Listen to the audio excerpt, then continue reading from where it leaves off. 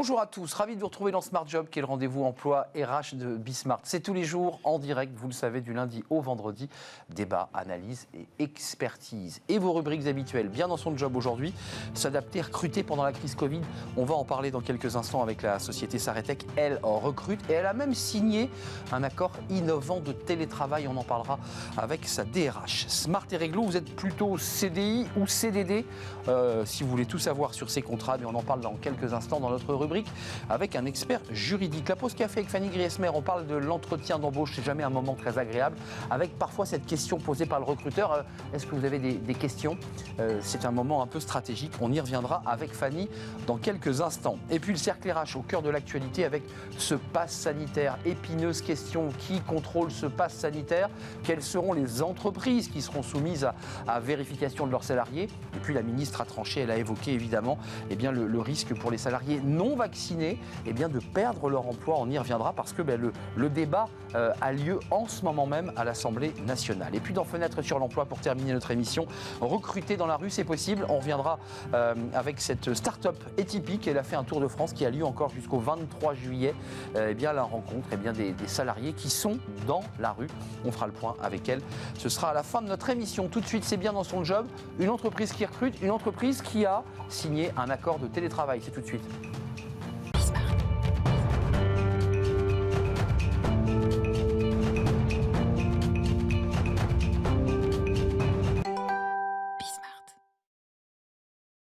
Bien dans son job, on va parler, devinez quoi, d'accord de télétravail et de recrutement dans une période compliquée. On en parle avec Stéphanie Sebag-Signoret. Bonjour Stéphanie. Bonjour. DRH de Saretech. D'abord, arrêtons-nous un instant sur Saretech parce que ce n'est pas une marque connue du grand public. Non. Vous faites quoi? C'est de l'expertise, prévention, de gestion des risques. En amont, vous travaillez avec les assureurs? C'est ça, exactement. Nous sommes un cabinet d'expertise en assurance et notre métier, c'est d'une part de déterminer les causes des sinistres et d'autre part d'envisager l'indemnisation des sinistrés. C'est du sérieux ça, quand on a vécu un sinistre. C'est un monsieur qui se déplace et qui va constater, évaluer et ensuite rendre son rapport. Exactement. Donc on intervient aussi bien chez des particuliers, des entreprises, des institutions. Nos experts sont amenés à se déplacer chez vous pour un dégât des eaux, mais également sur des problématiques et des sinistres en matière de construction, des sinistres industriels et très récemment notamment sur des événements climatiques comme nous pouvons connaître en ce moment dans l'Est de la France. Les fameux dérèglements climatiques. Tout à fait. Vous avez du travail créé en 1977, il y a 1600 collaborateurs. 1600 collaborateurs. Dont 850 qui sont des itinérants. Experts. Tout à fait, qui Donc sont des experts. Ils se déplacent et ils font de l'expertise sur des sites nécessitant leurs compétences techniques. Alors je bascule sur votre accord de télétravail parce qu'il est innovant, on va en parler, et très adapté finalement aux configurations de votre entreprise. Oui, il est adapté à nos métiers, tout à fait, puisque c'est dans la culture de Saretech, effectivement, de conserver cette autonomie auprès de nos collaborateurs. Le Covid et la crise sanitaire n'a fait qu'accélérer, en fait, cette tendance dans laquelle nous nous étions déjà inscrits depuis un certain nombre d'années. Nous avions déjà un accord de télétravail avant la Covid. Cet accord de télétravail, on l'a fait évoluer à hauteur de 60% de la durée annuelle du temps de travail des collaborateurs. Et là, récemment, à hauteur de 80%. Tout à fait, 80%. Ça donne quoi très concrètement? Parce que vous avez ceux qui sont dans les bureaux, on a bien compris, 800, puis 850 en itinérance. Ça veut dire que ce sont des salariés qui vont se déplacer sur les sinistres et que vous ne verrez plus, qui vont envoyer par Internet, qui feront des visios. Comment Alors ça se passe? non, parce qu'effectivement, ils ont besoin de ce lien collectif et donc d'échanger avec les collaborateurs gestionnaires de la relation client, les téléexperts et bien entendu les unités support. Donc ils passent. Pour eux, c'est un besoin de maintenir ce lien collectif et cette culture d'entreprise. Il y a pas mal de petites choses qui ont été mises en place. Pour ceux qui sont dans les bureaux, qui concernent le siège, j'imagine, de Créteil, et puis les autres bureaux, c'est quoi? C'est 2 jours, 3 jours? Et la durée de cet accord? Parce qu'on a beaucoup d'entreprises qui nous disent, nous, on ne prend pas de risque, on fait 12 mois, on fait 18 mois. Vous allez plus loin. Tout à fait. On a signé l'accord pour 3 ans, en fait. Pour nous, c'est très important de donner de la perspective aux collaborateurs, que leur projet professionnel s'inscrit vraiment dans un projet projet de vie. Et c'est pour cela qu'on a choisi cette durée de 3 ans. Au-delà de cela, on n'est absolument pas sur un quota hebdomadaire. On a souhaité en fait une souplesse totale, une autonomie de nos collaborateurs, une responsabilisation aussi, et on leur fait confiance. Pour nous, le Covid, ça a été un accélérateur de confiance. Et c'est pour cela qu'on a souhaité partir plutôt sur un quota annuel, 80% donc de vos journées de travail. 2 jours non, par semaine. vous pouvez très bien ne pas venir pendant 3 mois. Si vous le souhaitez, Mais le après tout est de prévenir. Et après, bien sûr, il faut être là. Il faut être là. Et là, comment ça se passe? Parce qu'évidemment, c'est le début, il y a une forme d'évaluation, d'observation, c'est normal. Vous êtes la DRH, vous dites, tiens, comment les salariés vont s'organiser? Comment ça se passe là, concrètement? Alors concrètement, là, aujourd'hui, en fait, on leur demande, par équipe, de passer un contrat de fonctionnement qui leur permet de savoir comment s'organiser. Et le manager est là pour faciliter cette organisation. Voilà. Saretec, c'est 1600 collaborateurs, 60 managers. Donc on a vraiment une organisation très plane. Pourquoi? Parce que nous croyons vraiment en l'autonomie collective de nos équipes. Pour nous, c'est quelque chose de très important, de facilitant et de création de valeur et de synergie entre les uns et les autres. Alors, je précise que chez Saretec, vous aviez aussi quand même sondé les cœurs avant de signer l'accord. Tout à fait. Donc il y a eu un accord évidemment signé avec les partenaires sociaux, ce qui va sans dire. Oui. Mais vous aviez quand même d'abord sondé vos salariés qui, j'imagine, avaient plutôt plébiscité le complètement. dispositif. Les 80% sont le fruit en fait d'un sondage que l'on a mené en sortie de crise sanitaire en leur demandant comment ils souhaitaient s'organiser. Et à ce moment-là, nous avons eu effectivement 2 éléments très importants que nous ne pouvions pas ignorer. Le premier, effectivement, c'est qu'ils souhaitaient plus de télétravail et donc aller au-delà de ces 60% et passer à 80%. D'où les 80%. Tout à fait. Et le deuxième élément qui était pour nous très important, c'est que cette crise sanitaire avait été l'occasion pour nombre d'entre eux de réfléchir à un projet de déménagement. Et à hauteur de 52% de nos collaborateurs vivant en région parisienne, ils avaient réfléchi, nous indiqué, nous annonçaient. Cela, on dit. Tout à fait. On a réfléchi à un projet de déménagement pour sortir de la région parisienne. Donc là, vous avez des salariés qui ont trouvé un logement, une nouvelle habitation. Qui réfléchissent en tout cas. Qui sont dessus. Tout à fait, qui réfléchissent à ce projet de vie. Donc 52% des collaborateurs vivant dans la région parisienne, mais ce n'était pas uniquement focalisé sur Paris. 42% aussi de nos collaborateurs vivant dans des grandes villes, dans des grandes métropoles, avaient également mené cette réflexion. Donc pour nous, il était ça important. touche les métropoles.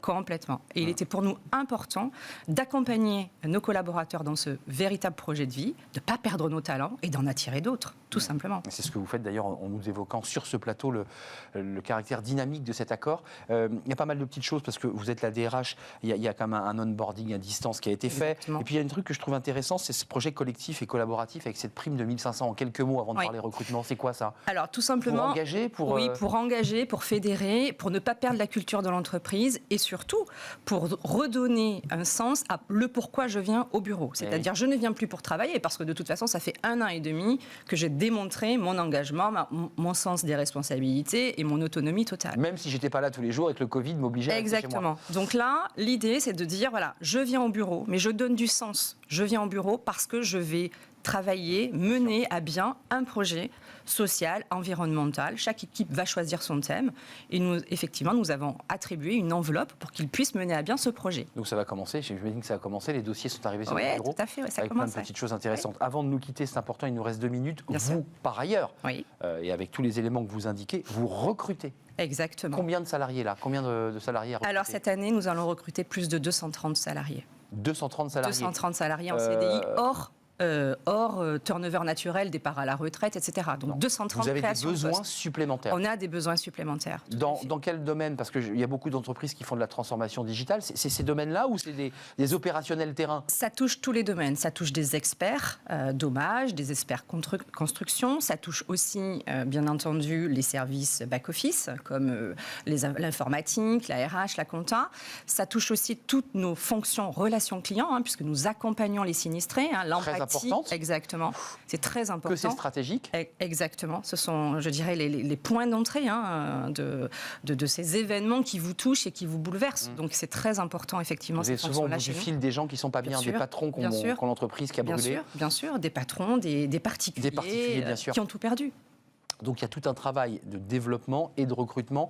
Pour ceux qui seraient intéressés et qui nous regardent, 200 salariés Peut-être qu'il y a un emploi qui correspond On est tous experts. Vous êtes tous... On est tous experts. On est tous experts. On va sur le site Saretech ou c'est... On va sur le site Saretech et puis il y a également un site où on peut immédiatement postuler. C'est saretech-recrute.fr, tout simplement. Et vous serez pris en charge par les services de Stéphanie Sebag-Signoret qui vous prendra en charge, puisqu'il y a aussi du recrutement au service RH, si j'ai bien compris. Il y en a aussi, bien sûr. Il y en a aussi.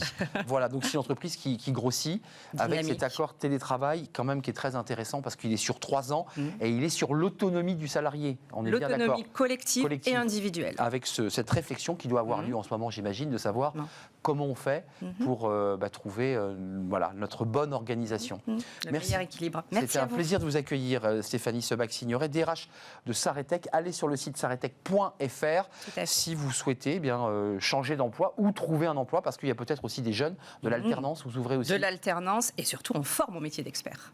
Mais c'est un métier très particulier qui se construit, j'imagine, sur l'expérience. Sur 3 ans. 3 ans de formation chez nous. Oui, parce qu'il ne faut pas se tromper, en effet. Merci, c'était un plaisir. Merci, plaisir partagé. De vous avoir accueilli. Tout de suite, c'est le droit. Les DRH s'intéressent au droit, évidemment. Tiens, CDI, CDI, CDI ou CDD. C'est quoi la bonne formule? Quel est le bon contrat? On va en parler tout de suite avec un expert.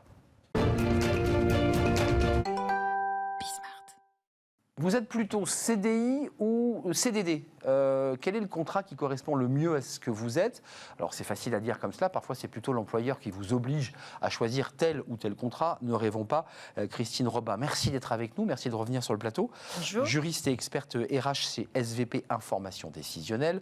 D'abord, question un peu basique, est-ce qu'il faut automatiquement vouloir et chercher le CDI? Parce que c'est un peu le Graal pour beaucoup de salariés. Est-ce que c'est le CDI qui finalement nous garantit la meilleure stabilité? J'ai envie de dire, moi, à titre personnel, oui, quand même. Oui, il faut rappeler que le principe, c'est le CDI et que l'exception, c'est le CDD. C'est-à-dire que le CDD, il est là pour pourvoir à un poste qui est par nature temporaire.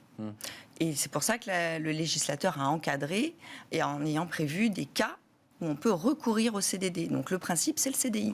On va revenir évidemment parce qu'il y a une chasse au CDD et de la réduction des CDD court avec des entreprises qui seraient taxées. Régulièrement, le débat à l'Assemblée fait rage sur ce sujet. C'est quoi les possibilités concrètes, juridiques, pour un employeur de recourir à un CDD?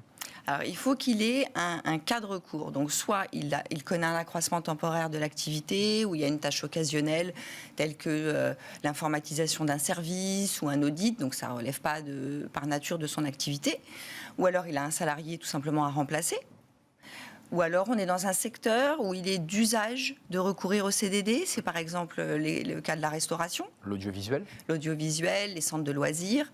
Et puis aussi, les contrats saisonniers. Parce que voilà, on est dans un secteur d'activité où tous les ans, selon le rythme... De mai à juin ou de mai à août, on ramasse des fruits. Par exemple. Et puis ensuite, le CDD s'arrête automatiquement parce qu'il n'y a plus de fruits à ramasser. Comment ça se passe? On peut enchaîner 2 CDD. L'employeur peut vous dire, je vous prends 2 mois, puis je vous reprendrai ensuite. Légalement, c'est limite ça? Alors, il y a des règles, effectivement. C'est-à-dire que... Alors, ça dépend. Si vous voulez faire suivre un contrat à durée déterminée avec le même salarié, le principe, c'est qu'il y a un délai qui est égal au tiers-temps si le CDD a duré plus de 14 jours. Donc tiers-temps, c'est 1 semaine? Le tiers de la durée du contrat. Donc 14 jours, ça fait 1 semaine? Alors, oui, c'est ça.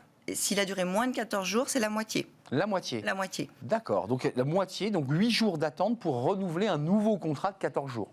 Alors, vous me parliez du renouvellement ou des successions? Allez-y, je vous ai embrouillé. Pardon. J'essayais de comprendre. Alors, sur les renouvellements, excusez-moi, on peut le renouveler 2 fois au niveau de la loi. D'accord. Et ça peut être aménagé par un accord de branche étendu, puisque le législateur a ouvert cette possibilité. Et là, face à la crise sanitaire, ils ont encore assoupli jusqu'au 30 septembre la possibilité de négocier un accord d'entreprise. Ils n'ont pas besoin d'accord de branche. Donc concrètement, qui permettrait quoi cet accord d'entreprise lorsqu'il est négocié? Par exemple, au niveau de la loi, c'est 2 renouvellements. On pourrait très bien... Sans délai entre les deux, Sans délai, là on parle de renouvellement. C'est le même contrat qu'on renouvelle. D'accord. Et donc, on pourrait prévoir 3 renouvellements ou un seul, ou on peut aménager. Donc ça permet de flexibiliser le marché du travail et de le rendre plus souple. Vous évoquiez l'idée d'un délai de carence entre les deux. Alors dans ce cas-là, c'est lequel? Oui, là, excusez-moi. Non, il n'y a pas de mal. Là, c'est si j'ai utilisé mes 2 renouvellements, par exemple, mais j'ai encore besoin de mon CDD, eh bien, si je devrais attendre ce fameux délai, si je le fais avec le même salarié, pour un accroissement temporaire d'activité, le tiers ou la moitié. Il y a des exceptions pour les CDD de remplacement, par exemple, je peux les enchaîner sans délai. Pour une personne qui sera en congé maladie, par exemple, et qui va enchaîner ses congés maladie, et bien on peut la remplacer. Oui. Concrètement, on a une période d'essai en CDD ou pas? Oui, on a une période d'essai. Même sur 14 jours, je suis pris en CDD 14 jours, j'ai quoi? C'est un jour par semaine dans la limite de 2 semaines. Donc j'aurai 2 jours. J'aurai 2 jours. Deux jours où l'employeur peut rompre le CDD. Oui. S'il considère, il peut le rompre d'une manière unilatérale par un courrier. Absolument. Pendant la période d'essai, il n'y a pas de motivation particulière à donner. Alors, je vous pose la question. Alors, évidemment, c'est un sujet plus politique que juridique, mais au-delà de ces règles précises que vous avez indiquées, parce que c'est saisonnier, parce que c'est temporaire, parce qu'à la télé, il y a des grilles de programme, pourquoi finalement l'employeur use-t-il de ce CDD abusivement parfois ? Quel est son intérêt? Il ne veut pas s'engager trop longtemps avec un collaborateur? Est-ce que c'est ça le fond du débat? Oui, je pense que c'est ça le fond du débat, parce que si on est en CDI passé la période d'essai, pour rompre un CDI, à l'initiative de l'employeur, c'est un licenciement. Donc il faut un motif, ce qui n'est pas toujours évident, même si on n'est pas complètement satisfait du salarié, ça ne va pas forcément justifier de le licencier. C'est ça l'enjeu. Après, maintenant, il y a les ruptures conventionnelles, qui facilite aussi quand même, mais si le salarié n'accepte pas la signature de la rupture conventionnelle... La durée d'un CDD, je suis embauché, c'est quoi maximum? L'employeur me dit, je vous prends, au-delà des règles que vous avez fixées, qui sont des contrats saisonniers, pour un CDD classique, il peut m'embaucher 2 ans en CDD, 10 ans en CDD? Non, si le CDD est de date à date, c'est 18 mois maximum, renouvellement inclus. Donc une seule fois? Une seule fois. On peut avoir qu'une seule possibilité de 18 mois. Derrière, c'est quoi? Je sors de l'entreprise et ne me propose pas de CDI, donc je quitte l'entreprise. Absolument. Donc c'est fini, j'ai fait ma période de CDD, je suis parti. Oui, si vous avez été embauché pour 18 mois et que derrière, il n'y a pas de poste en CDI à pourvoir, le CDD... Les indemnités, pour ceux qui sont en CDD, c'est intéressant. Alors en intérim, je crois qu'on a une prime supplémentaire qui vient se rajouter. Une indemnité de fin de mission. Il n'y a pas d'indemnité de fin de mission en CDD? Alors il y a une indemnité de fin de contrat qu'on appelle indemnité de précarité, qui est également de 10% des rémunérations perçues au cours du CDD. Après, il y a quelques cas de recours de CDD où il n'y a pas d'indemnité. Ça va être le cas des CDD d'usage. D'usage, on est d'accord. Les saisonniers. Et les contrats audiovisuels. Oui, parce que vous êtes en CDD d'usage. En CDD d'usage. Donc là, pas de prime pour le départ, pour accompagner le départ du collaborateur. En un mot, vous qui êtes au contact avec les entreprises, elles sont dans quel état d'esprit en ce moment? On nous dit que la relance est là, elles vont embaucher, elles sont sur des choix de CDI, de CDD. Comment ça se passe? Qu'est-ce qu'ils vous disent, les employeurs? Nous, actuellement, c'est plutôt c'est partagé.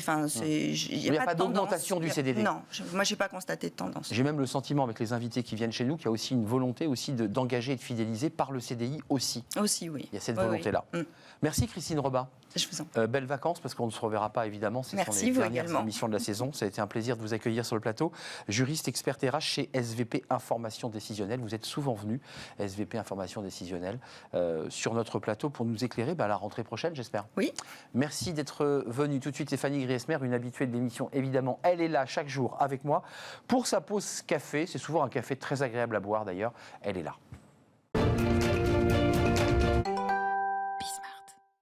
Fanny Griesmer, comment allez-vous? Très bien, et vous? La vie est belle?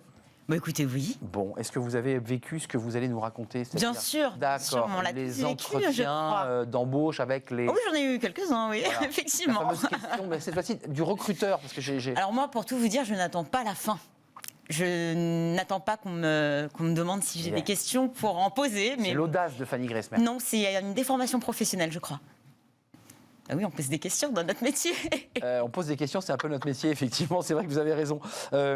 Vous nous parlez, c'est un moment un peu particulier de l'entretien d'embauche. C'est pas toujours évident, parce qu'effectivement, vous êtes en entretien d'embauche, l'échange se passe plutôt bien, et puis il y a toujours ce moment où le recruteur fait une pause, il vous regarde dans les yeux et vous demande, vous avez des questions?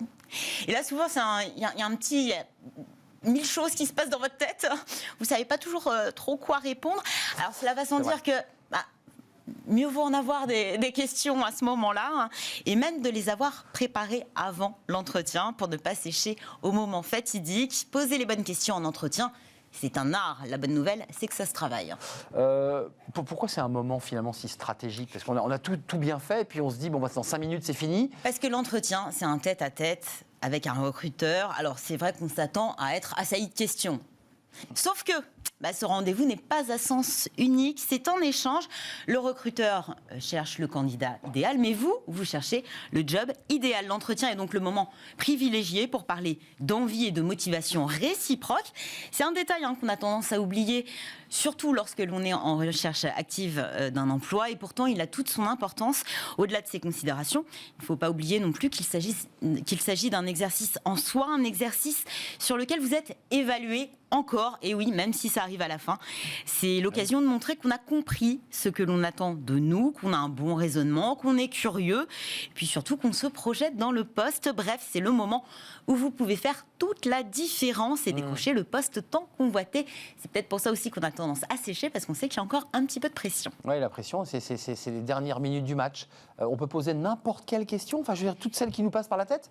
Alors, peut-être pas toutes, ne soyez pas dans les questions personnelles concernant votre recruteur, mais j'ai envie de vous dire qu'il n'y a pas de mauvaises questions. En revanche, il y a un ordre à respecter.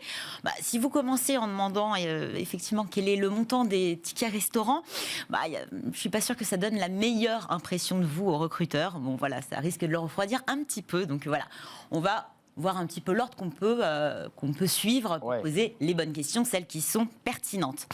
Alors vous pouvez bien sûr, évidemment, poser des questions pour le poste, qui concerne le poste sur lequel vous présentez votre candidature. Une offre d'emploi, ce sont quelques lignes. Généralement, il y a quelques zones d'ombre. Même si vous avez échangé pendant une demi-heure, voire une heure, il reste toujours pour le moins, quelques ambiguïtés qu'il est important de lever pour en savoir plus sur votre future mission, pour faire le bon choix aussi, au lieu de vous jeter à corps perdu dans un poste qui ne vous correspond pas réellement. Par exemple, vous pouvez demander quels sont les objectifs qui vous seront fixés à court, moyen, long terme. Si vous devez gérer un budget, quelle en sera la taille? Si vous allez travailler aussi en synergie avec d'autres pôles. Bon, vous avez un doute, une interrogation, c'est le moment idéal pour en faire part. Et s'intéresser évidemment à l'entreprise. Oui, il faut aimer l'entreprise. Pour marquer des points, effectivement, poser des questions sur l'activité de l'entreprise, ça peut aider. Vous intéresser aux chantiers en cours, à venir, ou encore sur ses valeurs. C'est toujours payant. Cela montrera que vous n'avez pas envoyé votre candidature par hasard. Alors, ceci dit, ce genre de questions s'anticipe, parce que il ne faut pas non plus donner l'impression que vous arrivez à l'entretien et que vous n'êtes pas renseigné un soit peu sur l'actualité de l'entreprise. Donc l'idée, c'est de bien maîtriser l'actualité chaude et officielle, rebondir dessus pour voir, par exemple, quels sont les impacts de cette actualité sur l'émission. Ça peut être dangereux. La mauvaise question sur l'entreprise, basique et naïve, le recruteur vous dit, mais attendez, vous ne le savez pas. On se dit que là, on n'a pas marqué des points. Ah, pas du tout. C'est pour ça que ça se prépare.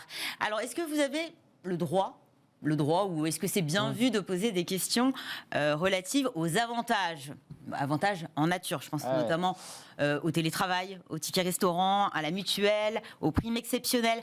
Bon, alors, ce ne sont pas réellement des questions taboues. Ce sont ces avantages qui vous donneront envie, peut-être encore un peu plus, de rejoindre une entreprise. Donc voilà, il est bien normal de vouloir se renseigner à ce sujet. Alors si le recruteur ne précise pas, généralement, c'est un argument, j'allais dire de vente, mais c'est un argument de recrutement aussi pour l'entreprise, vous pouvez effectivement demander à en savoir plus, c'est tout à fait légitime. Attendez quand même d'avoir un petit peu avancé dans le processus de recrutement, d'être bien engagé dans ce processus avant de poser de telles questions, parce que ça risque de donner pas forcément une très bonne image de vous, quelqu'un qui est peut-être plus intéressé par les avantages que par le poste en lui-même. Même chose pour les questions relatives aux horaires, aux congés ou encore au salaire, peut-être un petit peu trop terre à terre pour un premier entretien. Si vous avez besoin d'une information, l'idée c'est de la tourner de manière, avec un peu de diplomatie, de tact par exemple. Quelle est la politique de rémunération de l'entreprise? Ce sera toujours mieux que combien vais-je être payé. Voilà. Alors qu'on piaffe d'impatience de le demander. Voilà, question de formulation, c'est important. Parfois, on vous donne aussi en kilos francs, enfin en kilos euros. Et là, on s'oblige à un calcul extrêmement compliqué. Le brut, le net. C'est du net, et si vous êtes dans une fourchette, alors là, et là c'est un râteau d'ailleurs. C'est parfois un moment de solitude. Mais ça aide à faire le choix aussi. Oui, ça permet de faire son choix. Et il faut aussi anticiper le process de recrutement, c'est ça l'idée? Je trouve que c'est la question la plus simple. C'est sans doute celle qui va clôturer votre échange. Voilà. Déjà, d'une part, ça montre que vous projetez déjà sur l'étape suivante, donc bon point pour vous. D'autre part, part, elle vous donne une échéance.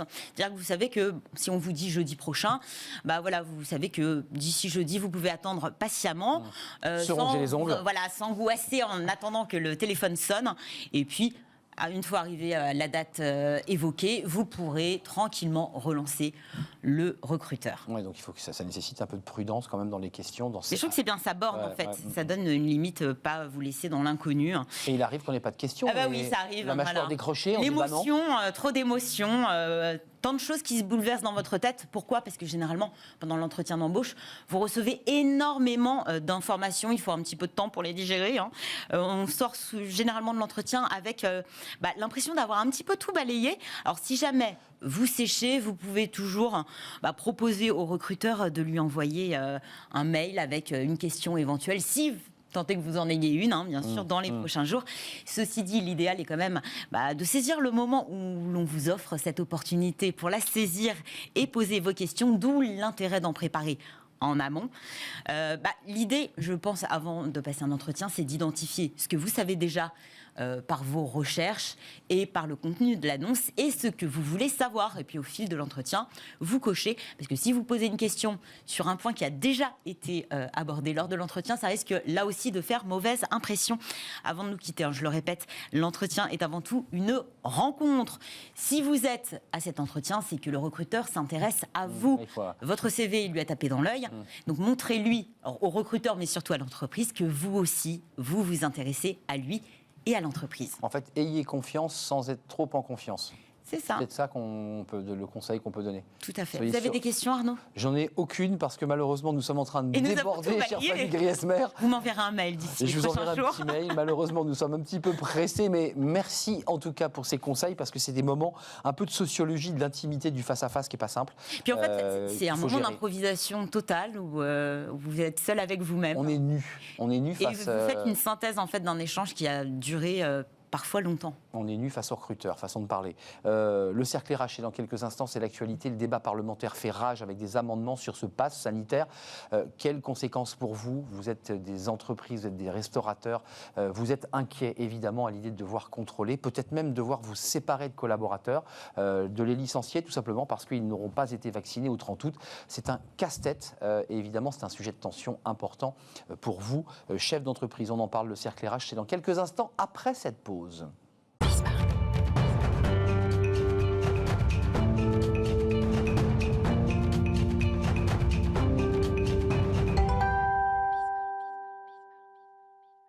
Le cercle RH, notre débat sur un sujet au cœur de l'actualité. Aujourd'hui, il ne faut pas se le cacher, puisque au moment où nous vous parlons, les parlementaires, les députés sont réunis à l'Assemblée pour voter ce projet de loi accéléré, Conseil des ministres qui a eu lieu hier, le Conseil d'État, avec un débat sur ce pass sanitaire. On va en parler avec mes invités.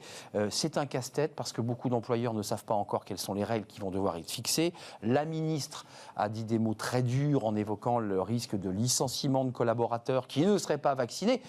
La pression est évidemment très forte avec des entreprises qui, pour certaines d'entre elles, disent « nous ne serons pas là pour faire les gardes-chiourmes et contrôler évidemment l'ensemble de nos salariés ». C'est un sujet sensible. On en parle avec Laure Queny. Vous êtes vice-présidente de l'ANDRH et vous êtes la DRH de l'AFNOR. Et j'ai mal dit votre nom. Redonnez-moi votre nom. Oui, Laurence Breton-Queny. Mais voilà, Laurence Breton-Queny. Mais évidemment, je ne veux pas écorcher votre nom de famille. Merci d'être là parce que l'ANDRH avait une rencontre avec la ministre du Travail hier. Et là, l'ANDRH avait une position claire, me semble-t-il, sur compliqué pour nous, DRH, de contrôler nos salariés. Est-ce que vous êtes toujours sur cette ligne-là ? Alors en fait, on a quand même eu des clarifications hier, notamment par rapport aux ERP, parce que la crainte... Établissement recevant du public. Tout à fait. Donc quand ils ne sont pas dans la liste, voilà. Donc, la fameuse liste, mais vous ne l'avez pas encore, cette liste ? En fait, si, vous avez quand même un projet de loi avec une liste, et puis vous avez quand même des mesures avec un décret qui s'applique déjà. Donc on sait. C'est vrai qu'il reste des questions par rapport au pass sanitaire. Alors il y a deux choses. Il y a effectivement la question du contrôle pour ceux qui sont dans la catégorie établissement recevant du public listé. Puis il y a la question aussi des salariés. qui nous préoccupent, avec effectivement la question de la vaccination notamment. Laurence Breton-Cueni, on en parle. J'ai ouvert le débat immédiatement. Thierry Meillat est avec nous. Bonjour. Un habitué de notre émission. C'est un plaisir de vous accueillir. Avocat associé en droit social au cabinet Hogan Lovells. On reviendra parce que vous avez le projet de loi tout chaud avec les députés. Vous me disiez non pas encore touché là dans l'hémicycle, un tout petit peu sur les grandes surfaces parce qu'on va en parler des grandes surfaces. Fini, oui. Vigile, pas vigile, quelle organisation? Est-ce que les restaurateurs seront soumis, eux, à une vérification? Et nous sommes avec Alain Fontaine, qui est le président de l'Association française des maîtres restaurateurs. Bonjour Alain, vous êtes à la tête du restaurant Le Mesturé, rue Richelieu, dans le 2e arrondissement de Paris. Et puis pour information, mais qui n'a pas lien au sujet, encore que vous avez fait un Tour de France, le vrai Tour de France, non pas cycliste, mais de la cuisine, parce que vous avez nourri, eh bien, sur les étapes du Tour de France, si je ne m'abuse, la caravane, les équipes? Non. On a fait, alors ça c'est bien, mais on a fait une étape du tour effectivement vendredi pour un carré VIP qui effectivement, si tout se passe bien, augure de l'année prochaine où on fera un concours d'apprentis, puisqu'on parle employé. L'apprentissage est au cœur de nos préoccupations et l'année prochaine, si le Tour de France est content, on sera sur toutes les étapes du tour. Effectivement, là on n'était que sur une étape du tour, celle qui était de Morsinx à Libourne. Mais ça préaugure effectivement de l'année prochaine. Bon, moi qui ai commencé ma carrière dans le journalisme sportif, voilà, on a fait une petite parenthèse sportive. On va revenir sur le droit du travail. Alain Fontaine, tous les invités qui sont sur le plateau avec moi et vous, je l'imagine, en tant que président de l'Association française des maîtres restaurateurs, vous avez les textes, vous avez les documents et le projet de loi. Quelle est votre position à l'égard du débat qui va commencer? L'idée est simple, on va vous obliger, si j'ai bien entendu, à l'entrée de vos établissements, à contrôler les passes sanitaires. J'ai déjà entendu vos collègues qui nous disent, nous on perd à minima 50% du chiffre d'affaires. Alors, concernant les clients, puisqu'il y a cette partie client, effectivement, on est en train de monter. Alors, première chose, il n'y a pas une feuille de papier de cigarette qui nous sépare de la volonté qu'on a de se sortir de la pandémie. C'est très clair. On veut sortir de la pandémie comme l'exécutif aujourd'hui. Par contre, que l'on serve à nouveau de variable d'ajustement dans cette lutte contre la Covid-19 nous paraît un peu exagéré. On a fermé 2 fois de suite, rappelez-vous, du jour au lendemain en 24 heures, avec les conséquences que l'on connaît. Et puis, nous avons également rouvert dans des conditions compliquées, avec des terrasses, mais pas à l'intérieur, avec des jauges, pas des jauges. Bref, on est ballotté maintenant depuis 17 mois, ça fait 17 mois que ça dure. Donc c'est effectivement très compliqué. Et cette variable d'ajustement, elle n'a pas lieu d'être, puisqu'on a bien vu que pendant la fermeture, la dernière fermeture où on est resté fermé presque 7 mois, les contaminations ont continué à augmenter. Et pour vous donner un ordre d'idée très rapide, en France, 1 repas sur 7 se passe à l'extérieur. C'est-à-dire qu'un Français mange 6 fois chez lui et 1 fois au restaurant. C'est des chiffres qui ont été sortis il y a quelques temps par le CIRA.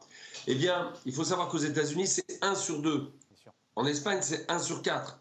On est un des pays, et ça va vous surprendre, où on mange le moins au restaurant. C'est fou ce que je vous dis, parce que la gastronomie française est au pinacle dans le monde entier, mais n'empêche qu'on ne fait que 1 repas sur 7 au restaurant. Ce que je veux dire par là, c'est que nos endroits n'étaient pas plus contaminants que d'autres, voire moins que dans d'autres pays.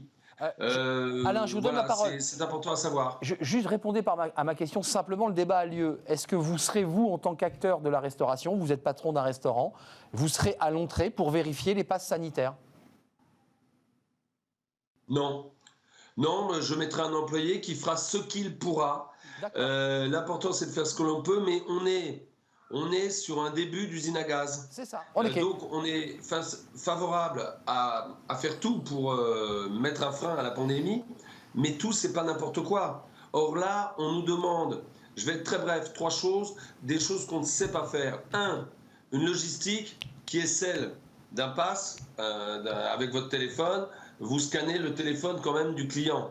Mais après, il y a la possibilité de lui demander ses papiers d'identité. Ah oui. Ça, c'est un peu choquant dans une entreprise où normalement, le premier mot qu'on dit, c'est « soyez le bienvenu », entrez, un sourire, on indique à la table. Là, on va demander les papiers quand même, c'est un peu... On ne sait pas si nous sommes assermentés pour le faire. Car les nouvelles, les fausses nouvelles qui disent « mais vous le demandez déjà », pour les mineurs ou les majeurs qui viennent consommer chez vous, c'est pas vrai. On n'a pas le droit de demander les papiers à un mineur, il faut le savoir. C'est inscrit c'est pas inscrit dans les textes. Il faut savoir que nous ne sommes pas assermentés à demander les papiers à quel client qu'il soit possesseur d'un pass sanitaire, soit s'il est mineur ou c'est majeur. Alain, s'il est majeur. Restez avec nous, parce qu'on sent qu'il y a quand même une complexité dans la réalité de votre quotidien de restaurateur. On a un avocat avec nous, Thierry Meillat. Vous avez le projet de loi, vous nous disiez qu'au moment où on se parlait, parce qu'on est en direct, pour l'instant on avait peu touché au droit du travail. La phrase de la ministre, on la verra dans quelques instants.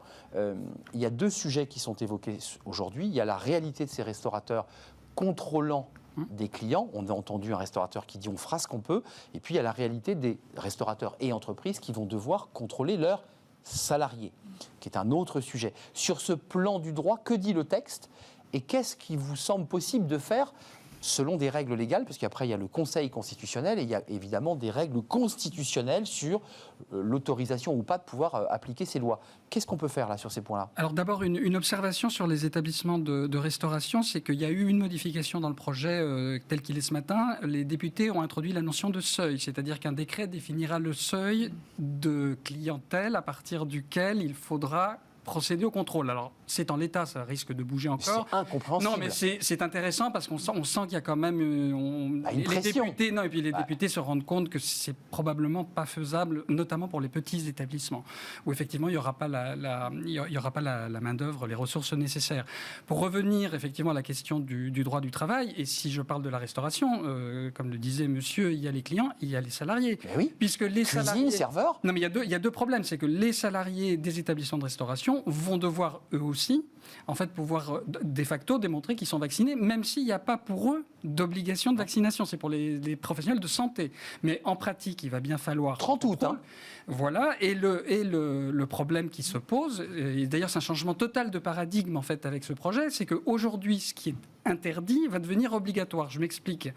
On a une interdiction aujourd'hui de recueillir des données personnelles liées à l'état de santé pour les salariés. C'est la discrimination liée à l'état de santé. Bah oui.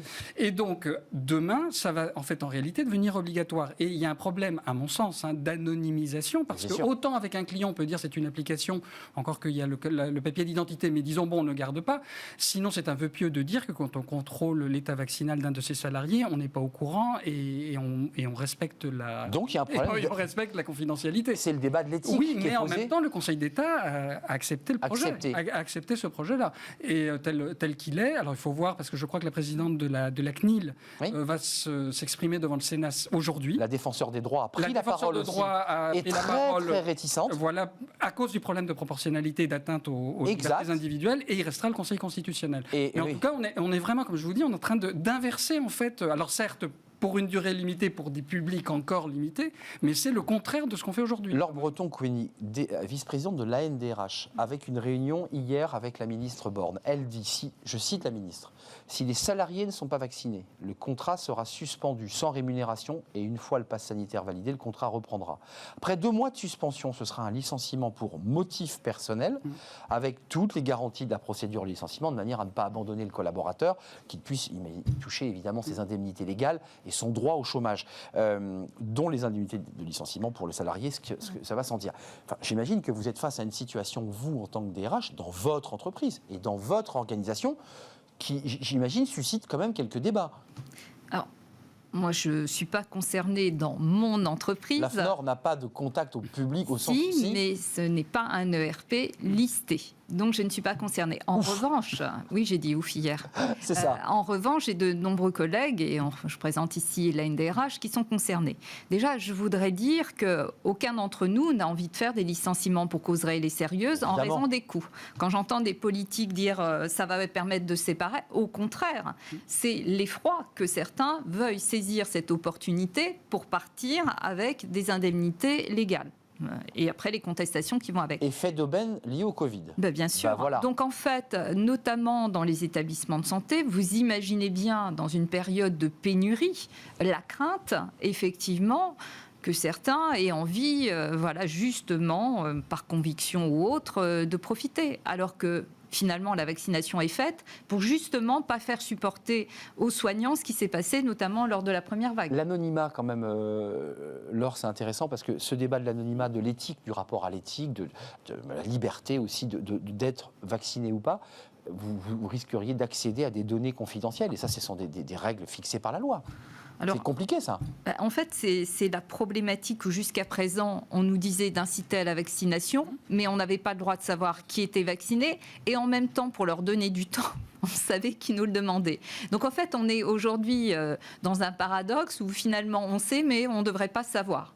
Or, si demain, dans les établissements concernés, il va bien falloir avoir une liste. Alors soit effectivement, et c'est le point dont on a parlé, il y a un formulaire où les personnes s'auto-déclarent. Parce qu'il faut savoir que beaucoup le disent, qui sont vaccinés, et la majorité des salariés, effectivement, ça n'est jamais pas. C'est ceux qui ne le sont pas en général. Hein. Ah, ils le disent souvent qu'ils sont contre la vaccination. Ou des militants. Bon, après, hormis effectivement pour les établissements de santé, pour les autres, s'ils veulent faire des PCR tous les 2 jours, libre à eux. Et puis, il ne faut pas oublier qu'on a aussi le certificat de rétablissement, c'est-à-dire pour ceux qui ont eu la Covid entre 6 mois et 11 jours. Exact. Et donc, eux, parce que souvent, en fait, on entend tout le temps, il faut le PCR. Non, il y a ce certificat de rétablissement. On ne le dit jamais assez, ça. Oui, tout à fait. Alain Fontaine, d'un mot, on va parler des grandes surfaces. La NDRH, c'est quoi? 11 millions de salariés, 5000 membres? Oui. C'est quand même une organisation très maillée qui représente évidemment une grande partie de notre économie.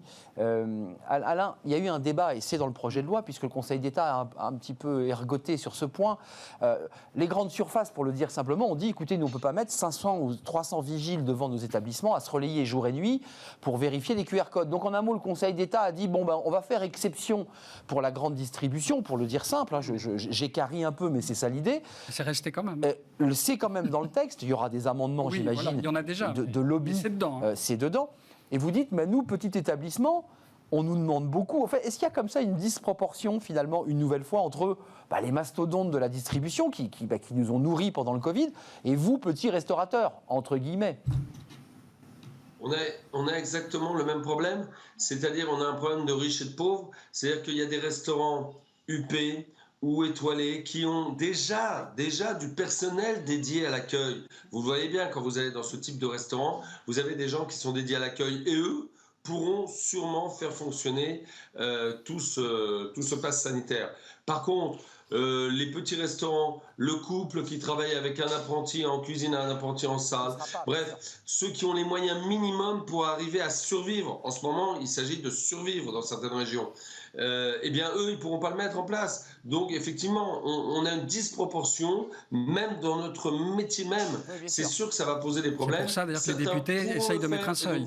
Oui, d'où le seuil. Ils essayent de mettre en place. Essayent de mettre en place. Ouais. Quand même, sur le fond du droit du travail, quand un avocat entend un ministre du Travail, parce qu'on sent la pression monter, je n'évoque même pas le risque évoqué depuis hier par le Premier ministre et le ministre de la Santé, Laurence, sur la 4e vague qui nous attend, qui sera encore pire. Qui est déjà là. Elle arrive. Déjà là. 18 000 contaminations hier, et nous, on le sent. Au cœur des vacances. On le sent. Et puis, d'ailleurs, je suis référente Covid pour mon organisation. Les cas contacts arrivent, mais il faut quand même bien le dire que les cas contacts viennent des week-ends. Parce que nous, dans nos entreprises, on est très rigoureux.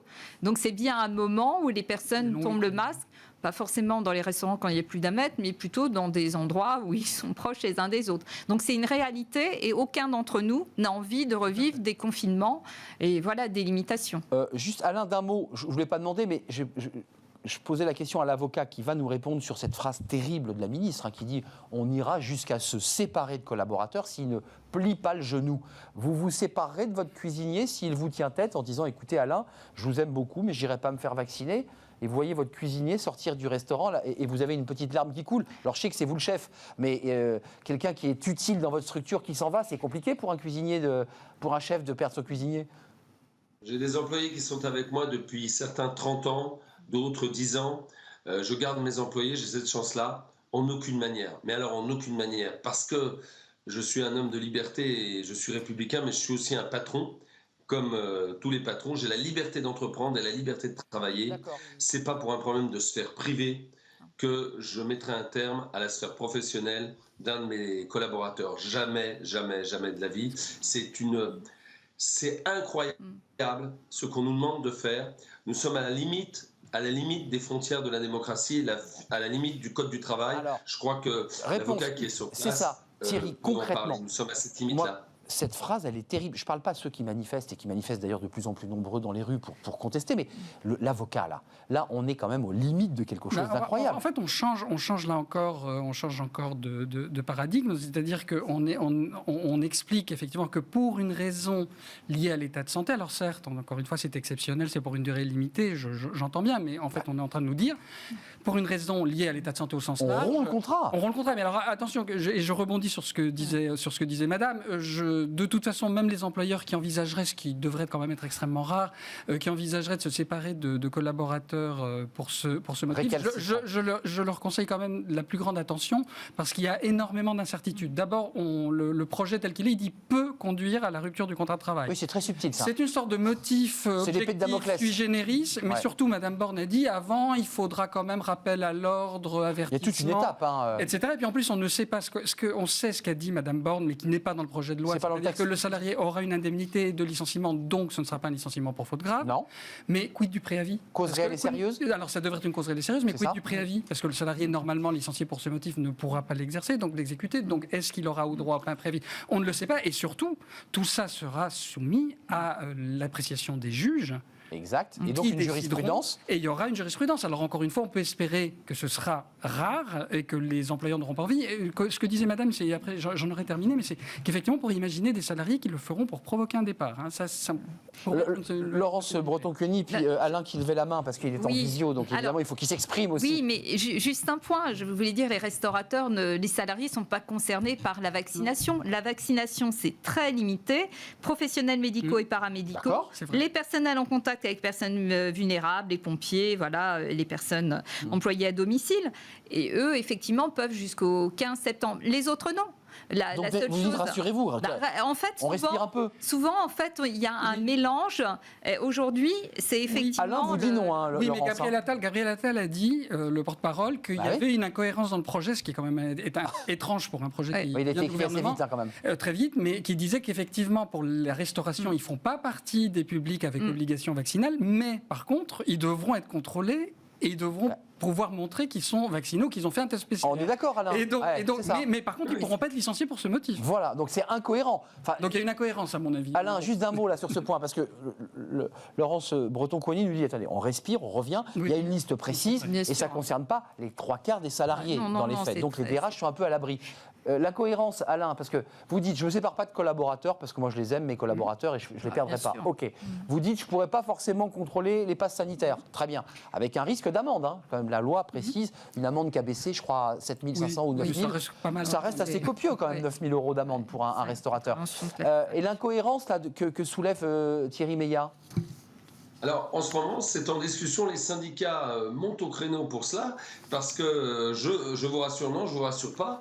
On risque d'être dans le projet de loi du personnel concerné, qu'il soit remis à jour et que notre personnel, autrement, Elisabeth Borne ne parlerait pas de licenciement et les syndicats de la restauration n'auraient pas eu rendez-vous avec Elisabeth Borne hier, qui nous a bien en tout cas, c'est pas aujourd'hui, c'est pas dans le projet. En fait, Laurence Breton-Cueny. Oui, alors nous, on suit vraiment avec attention. Parce que vous l'aviez hier en ligne, la ministre. Oui, on était avec le cabinet hier. Donc, la restauration aujourd'hui n'est pas concernée par le projet. En revanche, pour nos collègues DRH qui, eux, sont concernés dans les établissements de santé, eux sont vraiment concernés. Donc, il faut aussi prêter attention. Et puis moi, il y avait deux points sur lesquels on pourra aller. C'est la question des tests PCR. Payants. Ils vont être payants. À mon avis, si pour certains professionnels, ça devenait obligatoire, pour moi, ça ne devrait pas être payant. Ce n'est pas la même chose que quand on veut sortir. Logique, et puis, un deuxième point dont on parlait, aujourd'hui, vous savez, il y a beaucoup de jeunes de service civil qui sont utilisés par des collectivités pour justement parler, etc. Ils pourraient peut-être aussi être utilisés parce que c'est beaucoup de pédagogie. C'est de dire qu'en fait, on a l'impression que tout le monde doit être vacciné demain. Non, aujourd'hui, ce n'est pas le cas. C'est vraiment limité à des populations qui sont soumises, pour bon nombre d'entre elles, déjà à des obligations de vaccination. Et aucun d'entre nous n'a envie de perdre ses soignants et les personnes de proximité. Il faut trouver la meilleure solution et peut-être qu'effectivement se dire qu'il faut tenir cette 4e vague, parce que c'est ça le plus compliqué aujourd'hui, c'est d'inciter le maximum de personnes. Enfin, je me permets on n'est pas médecin sur ce plateau, vous êtes des juristes, des DRH, mais la question du Delta et de l'efficacité du vaccin qu'on nous a inoculés face à ce Delta. La question reste en suspens. Oui, mais aujourd'hui, en tout cas, les suspens. médecins ont l'air de dire que les attaques sont plus faibles pour ceux qui sont vaccinés. Alors, Donc, effectivement, on résiste mieux au Delta Mais lorsqu'on la est vacciné. protection contre la On est mieux contamination est protégé. plus mais oui, discutée, mais de toute façon, le risque zéro n'existe pas. Les DRH, l'Association nationale des DRH que vous représentez, mais aussi les avocats, évidemment, qui sont le nez sur les J-France, qui suivent le texte de loi au millimètre, et les syndicats, à travers Alain Fontaine, vont suivre ce dossier d'assez près. Le débat a lieu. Alors, il y a l'examen général du texte, et puis on va rentrer dans les articles avec pas mal d'amendements et de débats qui risquent d'être passionnants à l'Assemblée. Et au Sénat. Et au Sénat, puisqu'il y aura évidemment il y aura une lecture. Très attentif. Probablement qu'il n'y aura d'ailleurs pas de commission mixte paritaire et que ça risque de revenir en dernière lecture, qui va évidemment rallonger le délai d'application de tout cela. Mais en tout cas, c'est dans un délai très court. Les choses vont se faire dans les... Oui, puisque le Conseil constitutionnel doit être saisi dans la foulée par le Premier ministre. Exactement. Et il devrait rendre sa décision sous pratiquement 24 heures. Donc c'est dans les jours qui viennent.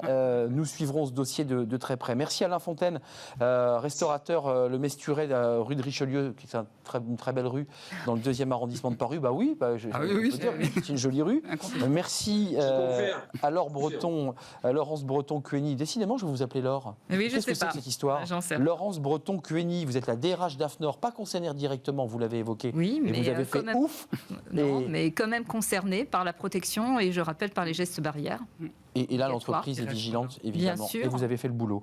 Vice-présidente de l'Association nationale des DRH, et puis Thierry Meillat, avocat associé en droit social. Vous avez le projet de loi devant vous qui va un peu évoluer, j'imagine, au fil des jours, au cabinet Hogan Lovells. Merci à vous trois de nous avoir éclairés sur un débat qui n'est pas simple. On termine notre émission par le recrutement normal, ces fenêtres sur l'emploi. Recruter au plus près du terrain, dans la rue, on en parle.